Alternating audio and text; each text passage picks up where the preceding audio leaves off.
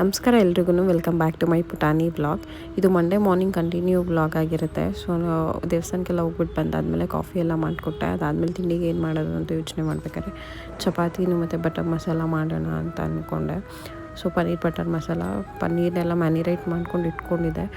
ನಾನು ಏನೇನು ಹಾಕಿ ಮಾಡ್ಕೊಂಡಿರ್ತೀನಿ ಅಂತಂದರೆ ಅಜ್ಕಾರದ ಪುಡಿ, ಸೊ ಒಂಚೂರು ಅರಿಶಿನದ ಪುಡಿ, ಎಣ್ಣೆ ಮತ್ತು ಪನ್ನೀರ್ ಹಾಕಿ ಸ್ವಲ್ಪ ಕಲಿಸ್ಬಿಟ್ಟು ಇಟ್ಟಿರ್ತೀನಿ.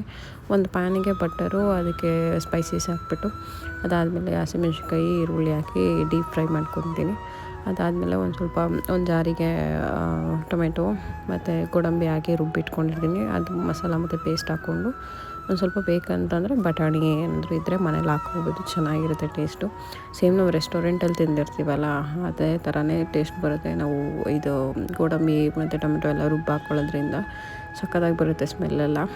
ಸೊ ಅದನ್ನು ಡೀಪ್ ಫ್ರೈ ಮಾಡಿಕೊಂಡು ಇನ್ನೊಂದು ಸ್ವಲ್ಪ